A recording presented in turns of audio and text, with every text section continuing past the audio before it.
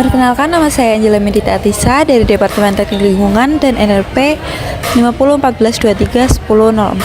Saya Mutiara Nolimonte dengan NRP 5014231006 dari Departemen Teknik Lingkungan. Perkenalkan, nama saya Agneta dari kelompok 1 Pancasila. Perkenalkan, nama saya Muhammad Fajasta Adabi dari Departemen Teknik Lingkungan. Halo semuanya, perkenalkan nama saya Firin Andika Rita Pramesti dengan NRP 501-423-1038 dari Departemen Teknik Lingkungan. Halo, nama saya Tasya Kamila Usman dengan NRP akhir 077 dari Departemen Teknik Lingkungan. Perkenalkan, saya Namira Alyani Santi dari Departemen Teknik Lingkungan dengan NRP 5014231087. Baik, perkenalkan, nama saya Farlabian dengan NRP 5014231108 dari Departemen Teknik Lingkungan. Perkenalkan, nama saya M. Aminur Rahman dari jurusan Teknik Lingkungan dengan NRP 501-423-1114. Perkenalkan, saya Natasha Feliandita Budiansyah dengan NRP 501623119 dari Departemen Teknik Geomatika. Saya Sabita Indira Eka Suci, NRP 5016231025 dari jurusan Teknik Geomatika. Perkenalkan, saya Faira Alifia Anissa dengan NRP 5016231028 dari jurusan Departemen Teknik Geomatika. Perkenalkan, saya Naila Zafira Aryani Putri dengan NRP 5016231053 dari Departemen Teknik Geomatika. Halo semuanya, perkenalkan kami dari kelompok 1 kelas Pancasila 32. Di sini kami akan menjelaskan tentang rangkuman dari sejarah perumusan Pancasila dan juga melakukan analisis sosial terkait hal tersebut. Nah, sebelumnya di sini akan menjelaskan tentang perumusan Pancasilanya. Nah, ini berawal dari Perang Dunia Kedua, di mana Jepang itu mengalami kekalahan dari sekutu. Nah, dari Jepang yang kalah dari sekutu tersebut, Jepang itu akan menjanjikan kemerdekaan Indonesia kepada masyarakat Indonesia, di mana Jepang pada saat itu memenuhi janjinya untuk Indonesia dapat membentuk suatu badan untuk mempersiapkan kemerdekaan Indonesia. Nah, badan tersebut bernama BPUPKI. Singkatan dari BPUPKI adalah Badan Penyelidik Usaha-Usaha Persiapan Kemerdekaan Indonesia. BPUPKI sendiri berdiri pada tanggal 1 Maret tahun 1945 dan diresmikan pada tanggal 29 April 1945. Selanjutnya, BPUPKI menjalankan sidang pertamanya pada tanggal 29 Mei sampai dengan 1 Juni 1945. Sidang tersebut diketuai oleh Dr. Rajiman Wedyo Diningrat. Nah, Dr. Rajiman Wedyo Diningrat itu menjelaskan suatu hal yang penting, yaitu di mana jika suatu negara merdeka, negara tersebut harus memiliki dasar negara yang kuat dan jelas. Oleh karena itu, disinilah akan muncul dari gagasan-gagasan para tokoh untuk menyampaikan usulan dasar negaranya. Terdapat 3 usulan dari 3 tokoh penting. Yang pertama adalah Muhammad Yamin. Pada tanggal 29 Mei 1945, pada sidang BPUPKI pertama, Muhammad Yamin menyampaikan bahwa prinsip dasar negara Indonesia harus disusun berdasarkan negara itu sendiri, bukan meniru negara lain. Muhammad Yamin mengusulkan ada 5 prinsip dasar negara Indonesia. Yang pertama adalah peri kebangsaan, yang kedua adalah peri kemanusiaan, yang ketiga adalah peri ketuhanan, dan yang keempat adalah peri kerakyatan, dan yang kelima adalah kesejahteraan sosial. Tokoh kedua adalah Dr. Supomo. Pada tanggal 31 Mei 1945, Dr. Supomo menegaskan bahwa ada 3 hal yang harus dibahas di sidang BPUPKI. Yang pertama ada bentuk pemerintahan negara Indonesia, yang kedua ada hubungan Indonesia dengan agama, dan yang ketiga adalah bentuk negara Indonesia itu sendiri. Dr. Supomo mengusulkan bahwa dasar negara Indonesia harus bersifat integralistik, yakni tidak ada pemisah antara pemerintahan dan rakyat. Jadi, pemerintah dan rakyat bersatu untuk sebuah kepentingan bersama. Kedua tokoh penting itu merupakan pijakan awal dari lahirnya sebuah Pancasila. Tanggal 1 Juni 1945 merupakan hari yang penting bagi sejarah bangsa Indonesia. Hal ini dikarenakan pada tanggal tersebut Insiden Soekarno tampil untuk menyampaikan pidatonya di hadapan anggota BPUPKI. Pidato tersebut disampaikan dengan sangat panjang dengan 6.450 kata dan disampaikan tanpa membaca teks. Hal ini karena pidato tersebut murni dari isi hati dan pikiran beliau yang sudah direnungkan selama bertahun-tahun. Sebelum menyampaikan dasar negara, beliau terlebih dahulu menyampaikan bahwa kemerdekaan tersebut bukan hanyalah sekedar bebas dari penjajahan, tetapi juga harus memiliki filosofi dan fondasi yang kuat agar negara ini menjadi kokoh dan maju. 5 dasar yang disampaikan oleh Insinyur Soekarno tersebut, yang pertama yaitu adalah kebangsaan Indonesia, yang kedua adalah internasionalisme atau perkemanusiaan, yang ketiga adalah keempat yaitu kesejahteraan sosial, dan yang kelima adalah ketuhanan yang berkedaulatan. 5 dasar ini kemudian diberi nama Pancasila, di mana panca yang artinya 5 dan sila yang artinya dasar atau prinsip. Maka pada tanggal 1 Juni ditetapkan sebagai hari lahirnya Pancasila. Setelah sidang pertama BPUPKI selesai, kemudian dibentuk panitia kecil yang kemudian dikenal sebagai Panitia 9 yang diketuai oleh Insinyur Soekarno dengan anggota Muhammad Hatta, A.A. Maramis, Abi Kusno Cokro Sudoso, Abdul Kahar Muzakir, Haji Agus Salim, Ahmad Subarjo, Kiai Haji Wahid Hashim, dan Muhammad Yamin. Pada 22 Juni 1945, Panitia 9 ini berhasil menyusun dokumen penting yang kemudian dikenal sebagai Piagam Jakarta. Dalam Piagam Jakarta ini sila pertamanya bertuliskan ketuhanan dengan kewajiban menjalankan syariat Islam bagi pemeluk-pemeluknya. Namun, rumusan Piagam Jakarta ini mendapat keberatan dari beberapa perwakilan dari daerah di luar Jawa dan Bali. Mereka khawatir rumusan ini nantinya akan merugikan warga Indonesia yang beragama selain Islam dan memecah belah persatuan. Maka demi menjaga kesatuan dan persatuan Indonesia, kemudian rumusan ini pada sila pertama diubah menjadi ketuhanan yang Maha Esa.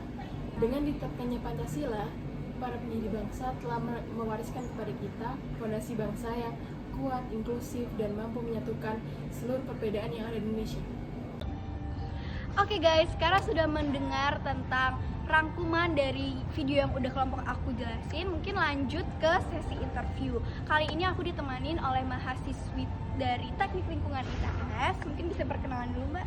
Oke, halo semuanya. Kenalin, aku Dewi Nalmuna dari Departemen Teknik Lingkungan angkatan 2024. Oke, mungkin di sini Mbak Nailul aku izin tanya 2 pertanyaan tentang Pancasila. Nah, kita kan tahu ya, Pancasila itu adalah dasar negara Republik Indonesia. Mungkin di sini pertanyaan aku adalah sudut pandang kamu sebagai mahasiswa terhadap Pancasila itu seperti apa sih? Oke, kalau menurut aku sendiri, selain sebagai dasar negara, Pancasila itu merupakan penuntun moral kita sebagai mahasiswa. Karena nilai-nilai dari Pancasila itu akan membentuk karakter kita yang lebih berakhlak mulia, toleransi, dan juga memiliki integritas di tengah keberagaman. Selain itu, Pancasila merupakan landasan dari nilai akademik. Karena nilai-nilai dari Pancasila itu merupakan fondasi dalam kehidupan kampus, seperti demokrasi, toleransi, dan juga gotong royong. Nama saya Rehan Sakbal Yuda Pamungkas dari NRP 5014241102 dari Departemen Teknik Lingkungan. Baik, jadi Mas Rehan, jadi saya mau bertanya terkait dari analisis sosial dan survei terkait sejarah permasalahan Pancasila. Baik, Mas. Jadi pertanyaan pertama, menurut kamu sebagai mahasiswa Pancasila itu apa sih, Mas? Baik, Mas, izin menjawab, Mas. Menurut saya sebagai mahasiswa, Pancasila merupakan ideologi sebagai bentuk yang berlandaskan untuk kita bertindak dan juga terarah sebagaimana terkoordinir dengan bentuk pola pikir yang kita kembangkan nanti sebagai masyarakat di Republik Indonesia ini. Baik, menurut Mas sendiri, apakah ada ancaman yang dapat melemahkan nilai-nilai Pancasila di kalangan generasi muda saat ini? Tentu saja, Mas, dengan banyaknya gadget dan juga open source dari internet, banyak sekali berita-berita hoax yang bisa memicu radikalisme, juga tentunya espionase dapat terjadi, Mas, terus juga terorisme, serta hal-hal yang menyangkut dengan politik yang masih tidak diketahui oleh banyaknya Gen Z dengan awam ya. Betul, Mas. Ini saya bersama dengan Mbak Renata yang akan saya interview terkait pemahaman nilai-nilai Pancasila. Pertanyaan yang pertama nih Mbak, menurut Mbak Pancasila itu masih relevan gak sih sama kehidupan di era yang sekarang ini? Menurut saya Pancasila tentu masih relevan karena kelima sila yang ada di dalam Pancasila ini menurut saya masih menjadi dasar yang baik dan kuat untuk kita ikuti, terutama dalam kaitannya ketika kita hidup bermasyarakat. Oke, jadi sekarang saya mau mewawancarai Mbak Maura terkait dengan sejarah dari Pancasila itu sendiri. Pertanyaan pertama nih dari saya ke Mbak Maura, sebagai mahasiswa nih Mbak, kayak bentuk penerapan apa sih yang paling sederhana yang bisa Mbak lakukan di kegiatan sehari-hari tentang Pancasila? Saya sebagai mahasiswa sendiri yang paling sering terjadi adalah saya menerapkan Pancasila dengan menerima teman-teman saya yang dari berbagai suku bangsa, dari berbagai daerah. Saya juga ikut mempelajari soal daerah mereka dan tentunya saling menghargai satu sama lain. Oke, jadi di sini saya sudah bersama dengan narasumber. Mungkin bisa perkenalkan dulu Mbak, dari departemen apa dan namanya siapa? Perkenalkan, nama saya Nisa Ratna Dewi, saya dari Departemen Teknik Lingkungan. Oke, mungkin di sini saya bakal ngajuin beberapa pertanyaan ke Mbak mengenai sejarah Pancasila. Yang pertama itu, apakah penting sih pengetahuan tentang sejarah Pancasila itu? Menurut saya sih penting ya, karena yang pertama agar kita sebagai warga negara Indonesia dapat mengetahui dasar dan tujuan dari negara Indonesia itu sendiri. Dan yang kedua, agar kita dapat menghargai perjuangan para pahlawan yang waktu itu telah berjuang demi bangsa Indonesia. Dan yang ketiga, agar kita dapat menerapkan nilai-nilai Pancasila dalam kehidupan sehari-hari.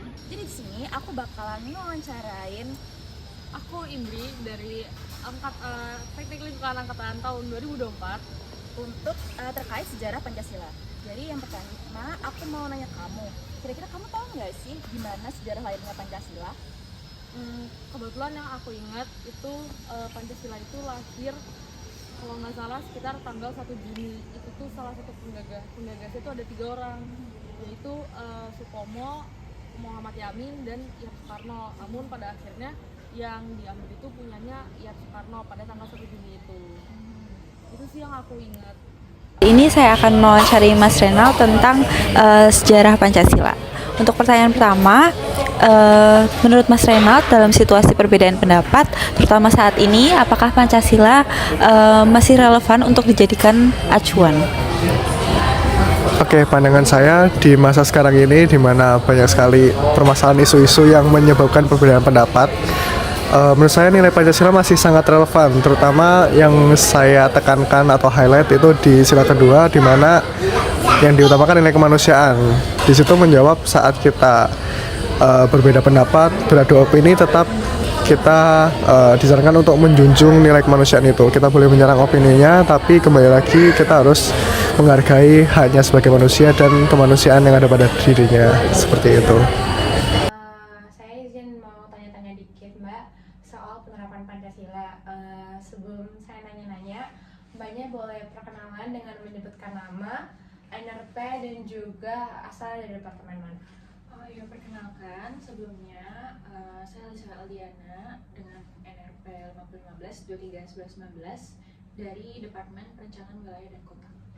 Oke, saya langsung ke pertanyaannya aja ya Mbak. Untuk pertanyaan pertama, menurut Mbak, apa sih penerapan yang paling sederhana dari kita mahasiswa sebagai salah satu bentuk kalau kita itu ikut berpartisipasi dalam menerapkan semua sila-sila Pancasila di kehidupan di kampus? Kalau saya sendiri ya Kak, dari 5 sila Pancasila itu sebenarnya yang paling mudah diterapkan untuk mahasiswa di kampus itu sila ketiga, yaitu Persatuan Indonesia. Nah, untuk diri saya sendiri itu saya sudah menerapkan dengan cara saya bisa bersosialisasi dengan siapapun, mulai dari jenis rasnya ataupun agamanya. Jadi saya tidak membeda-bedakan teman-teman saya ketika saya bersosialisasi. Jadi saya bisa bermain dengan siapa aja. Menurut saya itu sudah mencerminkan untuk sila ketiga, yaitu Persatuan Indonesia. Nah, sekarang saya akan melakukan analisis berupa wawancara mengenai sejarah Pancasila. Dan sekarang saya bersama dengan... Oke, nama saya Dava Ferdiansyah. Saya dari jurusan Teknik Elektrites Angkatan 2024. Oke, untuk pertanyaan pertama nih Mas. Bagaimana sih kondisi sosial masyarakat sekarang dalam mencerminkan nilai-nilai Pancasila? Apakah sudah sesuai atau masih banyak penyimpangannya gitu? Ya, sejauh ini menurut pemahaman saya, untuk beberapa daerah ini masih mengimplementasikan nilai-nilai Pancasila. Nah, ada juga contohnya seperti ada juga yang masih mengimplementasikan tentang gotong royong, terus juga ada juga kerja bakti. Apalagi contohnya di masyarakat Bali, itu kita masih menjunjung tinggi toleransi antar umat beragama. Nah, namun di sisi lain ada juga penyimpangan-penyimpangan yang dilakukan oleh masyarakat kita. Seperti sekarang penyebaran hoax itu cukup gencar di mana-mana, apalagi di sosial media.